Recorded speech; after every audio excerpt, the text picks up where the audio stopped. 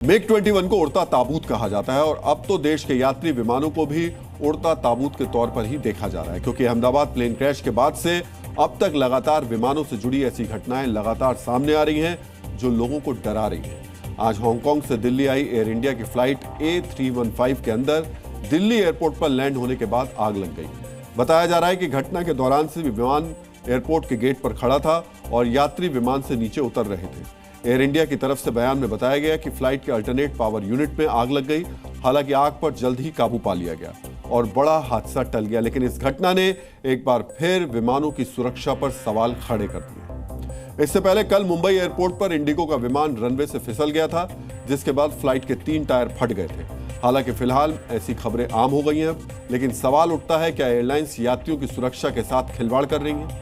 क्या सुरक्षा के जरूरी मानकों को पूरा नहीं किया जा रहा है? बार बार ऐसी घटनाओं की वजह से हवाई यात्रा को लेकर लोगों के मन में डर बैठ चुका है। विमान में यात्रियों की सुरक्षा पर एक नया सर्वे आया है, जिसमें लोगों ने अपना डर साझा किया है। ज्यादातर लोगों को यह लगता है कि विमान कंपनियां यात्रियों की सुरक्षा की जगह प्रचार प्रसार पर ज्यादा खर्च कर रही हैं। सर्वे में लोगों से पूछा गया, क्या आप मानते हैं कि भारत की एयरलाइंस कंपनियां सुरक्षा की तुलना में प्रचार पर अधिक खर्च कर रही हैं? 43% लोगों का मानना है कि हाँ, सभी कंपनियां ऐसा करती हैं। 33% लोगों का मानना है कुछ कंपनियां सुरक्षा से ज्यादा प्रचार पर खर्च कर रही हैं। 11% लोगों ने जवाब दिया नहीं, कोई भी कंपनी नहीं है, और 13% लोगों ने कोई स्पष्ट जवाब नहीं दिया। इसी सर्वे में फ्लाइट से ट्रैवल करने वाले लोगों से पूछा गया कि हाल फिलहाल में उनकी हवाई यात्रा कैसी रही। 75% लोगों ने दावा किया कि पिछले 3 वर्षों में उनकी 50% से अधिक उड़ानें डरावनी थी। 6% लोगों ने कहा कि उन्हें 40 से 50% उड़ानें उनकी मुश्किल थी।